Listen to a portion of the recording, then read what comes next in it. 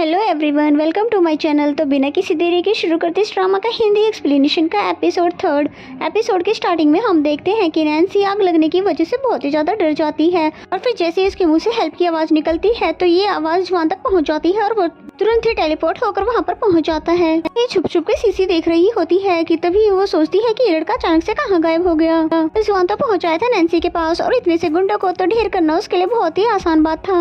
और फिर गुंडों की धुलाई करने के बाद नैन्सी से पूछता है क्या तुम ठीक हो, लेकिन नैन्सी कोई भी जवाब नहीं देती है। और ये बात तो जुआन को खुद को भी अजीब लगती है क्योंकि इससे पहले उसने सिर्फ लोगों की जान ली थी, किसी की परवाह नहीं की थी। फिर थोड़ी देर बाद ही वहाँ पर पुलिस आ जाती है उसको रेस्क्यू करने के लिए और तब तक तो जुआन भी वहाँ से गायब हो जाता है। एंड देन नेक्स्ट सीन में हमें जुकेन को दिखाया जाता है जहाँ पर उसने केकिन के कैबिन में उसके बर्थडे के लिए गिफ्ट रखा और साथ में एक नोट भी रख देता है। वैसे ये दोनों एक फ्रेंड है, फिर भी जुकेन की फीलिंग शायद उसके लिए कुछ और है जो कि वो समझ नहीं पा रहा है। एंड देन नेक्स्ट सीन में हमें येकिन को दिखाते हैं जो कि अपने बॉयफ्रेंड के साथ बैठकर अपना बर्थडे सेलिब्रेशन कर रही थी और उसी रेस्टोरेंट में जुकेन ने भी अपना टेबल बुक करवाया था, इसलिए वहाँ पर उसे देखकर हैरान हो जाता है और फिर सोंगचिन के बारे में पूछने लग जाता है। जुकेन को तो लगा था ये कोई बिजनेस क्लाइंट होगा, लेकिन ने तो उसको अपना बॉयफ्रेंड कहकर इंट्रोड्यूस करवाया। फिर वो उसको भी डिनर करने के लिए इनवाइट करता है जिसमें जुकेन कहता है मैंने भी अपना टेबल रिजर्व करवाया है इसलिए तुम दोनों एंजॉय करो। जुकेन तो वहीं दूर बैठकर उनको लवी डबी होते हुए देख रहा था और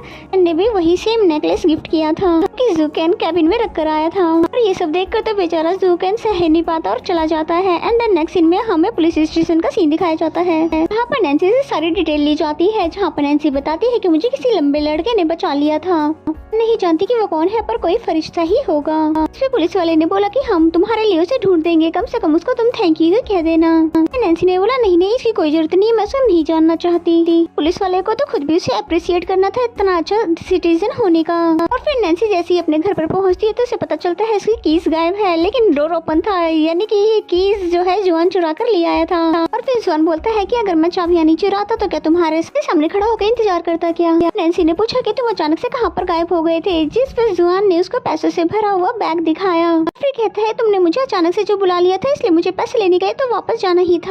इतने सारे पैसे देखकर तो नैन्सी बहुत ही ज्यादा हैरान हो जाती है। फिर नैन्सी पूछने लग जाती है कि मुझे सच सच बताओ कहीं तुमने कोई बैंक तो नहीं लूट लिया है, क्योंकि सिर्फ कमरबंद बेचने से इतने सारे पैसे तो नहीं आएंगे। फिर जुआन ने बोला कि मैं पागल थोड़ी ना कि इस तरह का काम करूंगा ताकि मैं पुलिस की नजरों में आ जाऊं, वैसे भी मेरे पास इस मॉडर्न एरा का आइडेंटिटी नहीं है। फिर बताने लगा कि मैं जब भी टेलीपोर्ट होकर तुम्हारे पास आता हूँ तो दोनों बार ही तुम मुश्किल में थी। फिर कहने लगा कि इसका मतलब तो ये हुआ कि जब भी तुम्हें किसी हीरो की जरूरत होती है तब मैं यहाँ पर टेलीपोर्ट होकर पहुँच जाता हूँ। जुआन तो सिर्फ सिचुएशन को देख अंदाजा लगा रहा था, जबकि नैन्सी तो दिल ही दिल में खुश हो रही थी। फिर सोचने लग जाती है कि अगर मैं मुसीबत में होंगी तो अब मुझे डरने की जरूरत नहीं है, बस इसको आवाज लगा कर इसको बुला लिया करूंगी। उसको मुस्कुराते हुए देखकर जुआन बोलता है कि खबरदार आगे से तुमने अपने आप को मुसीबत में डालने की कोशिश की तो मुझे आगे से बुलाया तो तुम्हें बचाने की जगह तुम्हारी धुलाई कर दूंगा। सब बोलने के बाद वो सोने के लिए जाने लग जाता है नैन्सी के रूम में, लेकिन नैन्सी तो ऐसा बिल्कुल भी नहीं चाहती थी, इसलिए फिर उसने अपना पास वाला अपार्टमेंट जो कि नैन्सी का ही था उसको रहने के लिए दे देती है।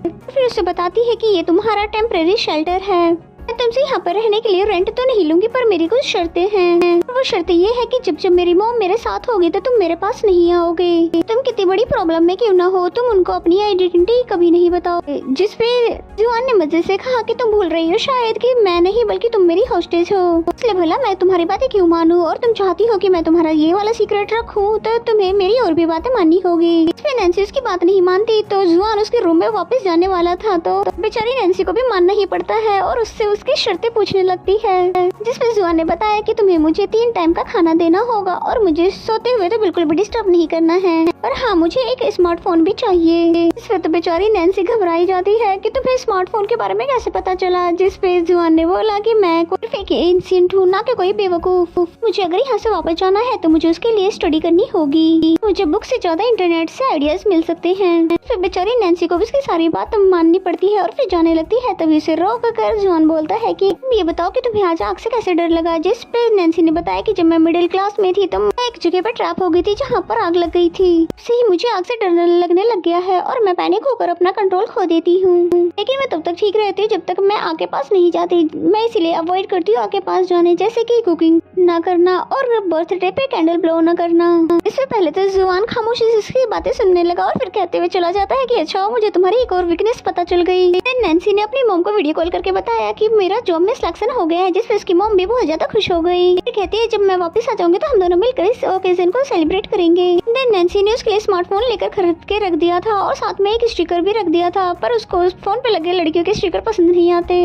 एंड देन नेक्स्ट मॉर्निंग का सीन दिखाया जाता है जहाँ पर नैन्सी अपने डैड की फोटो से बात कर रही होती है कि आज मेरे ऑफिस का फर्स्ट डे, इसलिए मुझे आपसे ब्लेसिंग चाहिए। जाने से पहले वो जुआन को चेक करना चाहती थी कि कहीं उसने कोई मुसीबत तो खड़ी नहीं कर दी है। जुआन इतना शरारती है कि उसके आते ही दरवाजे के पीछे छुप जाता है। नैन्सी उसे ढूंढ रही थी कि तभी पीछे से आकर उसे उठाकर बाहर ले जाने लगता है, ये बोलते हुए कि मैंने कहा था ना मुझे डिस्टर्ब मत करना। फिर नैन्सी ने बोला कि मैं तुम्हें डिस्टर्ब करने नहीं आई थी, बस तुम्हारे ब्रेकफास्ट के बारे में तुम्हें बताने आई थी जो कि मैंने तुम्हारे लिए ऑर्डर करवा दिया है। बस जुआन ने सीईओ के दरवाजा बंद कर दिया और नैन्सी बोलती है कि क्या इसने इंग्लिश भी सीख लिया है। कहती है ऐसा लगता है इस दुनिया को जल्दी से जीत लेगा। एंड देन नेक्स्ट सीन में बहुत ज्यादा खुश होकर वो ऑफिस आती है क्योंकि आज उसका फर्स्ट डे जो है, क्योंकि उसका बहुत बड़ा सपना जो पूरा हो गया। फिर तभी नैन्सी वहाँ पर कुछ एम्प्लॉयज के साथ हैवी कार्टून्स उठवाने में उनकी मदद करने लगी। वो एक एथलीट है और फिजिकली बहुत ही ज्यादा स्ट्रॉन्ग भी है। एंड देन मिजिया उसको सभी से इंट्रोड्यूस करवाने लगती है, साथ ही उसे काम समझाती है और ऑफिस एरिया भी दिखाने लगती है और अपने डिपार्टमेंट के अलावा दूसरे डिपार्टमेंट के एम्प्लॉय से भी इंट्रोड्यूस करवाती है। उसकी मुलाकात मिस यकीन से होती है जो कि इस कंपनी की सीईओ है और जुकेन यहाँ का प्रेसिडेंट। तभी यकीन ने उसे ऑफिस में बुलाया और इन दोनों का रिएक्शन तो ऐसा था जैसे कि वो इसे खा जाएगी। और फिर ऑफिस के अंदर यकीन की नजर उस लेटर पर पड़ती है जो कि जुकेन ने उसके लिए रखा था और गिफ्ट शायद वो वापस लेकर जा चुका है। नैन्सी कहने पे कहने लगती है कि तुम्हारे पास ना तो जॉब एक्सपीरियंस है ना ही तुम्हारा मेजर हमारे लिए रिक्वायरमेंट्स है, फिर भी तुम जानती हो कि तुम्हें मैंने सिलेक्ट क्यों किया है, क्योंकि तुमने इंटरव्यू के दौरान कहा था कि तुम एक एथलीट हो और तुम्हें गिव अप करना नहीं आता है। मुझे पूरी उम्मीद है कि तुम ये जॉब छोड़कर नहीं भागोगी। पिछले 10 साल से जुकेन की असिस्टेंट का काम मैंने किया है, अब मैं ये बर्डन तुम्हें सौंप रही हूँ और हम दोनों के बारे में इंटरनेट पर जो कुछ भी कहा गया है वो सब कुछ सच है, सिवाय एक चीज के जो कि हम दोनों के रिलेशनशिप के बारे में है। और नैन्सी तो उसकी बातें सुनकर बहुत ज्यादा नर्वस हो जाती है कि शायद उसका बॉस बहुत ही ज्यादा गुस्से वाला है। एंड देन नैन्सी जैसे ही चली जाती है रूम से बाहर तब वो लेटर को पढ़ती है। यकीन ने जैसे ही लेटर पढ़ा तो उसमें पहले तो बर्थडे विश किया और फिर कहता है कि मैं तुम्हें स्केटिंग सिखाने के लिए तैयार हूँ। देन नेक्स्ट सीन में हमें नैन्सी को दिखाते हैं जो कि अभी भी बहुत ही ज्यादा घबराई हुई थी।